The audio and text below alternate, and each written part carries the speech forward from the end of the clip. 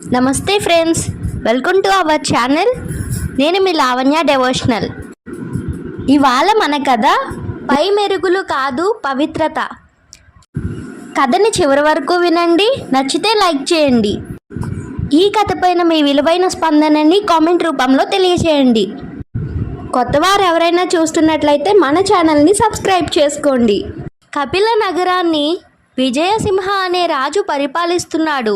ఆ రాజుకు సంతానం కలగలేదు. తన తదనంతరం రాజ్యానికి వారసుడిని ఎంపిక చేసి చక్కని శిక్షణ ఇవ్వాలని నిర్ణయించుకున్నాడు. పొరుగు రాజ్యాల యువరాజుల్ని ఆహ్వానించి వారికి ఒక విచిత్రమైన పరీక్ష పెట్టాడు. విజయసింహుడు, అంతఃపురంలో 2 పక్షులున్నాయి.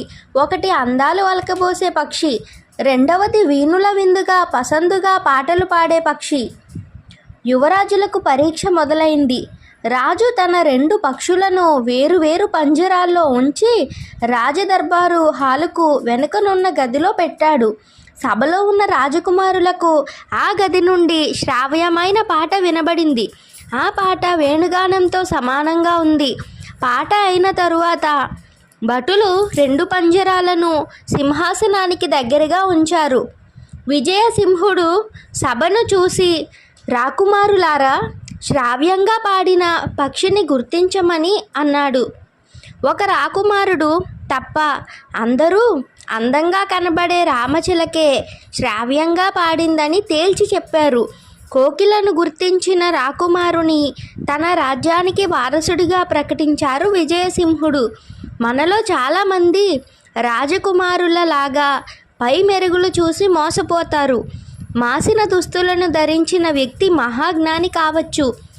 పట్టు పీతాంబరాలు ధరించిన వ్యక్తి మూర్ఖుడు కావచ్చు.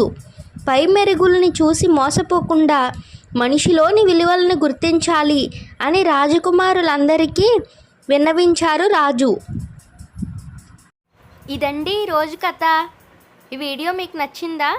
ఈ కథ మీకు నచ్చినట్లయితే లైక్ చేయండి. ఇలాంటి మరిన్ని స్టోరీస్ కోసం మన ఛానల్ని సబ్స్క్రైబ్ చేసుకోండి.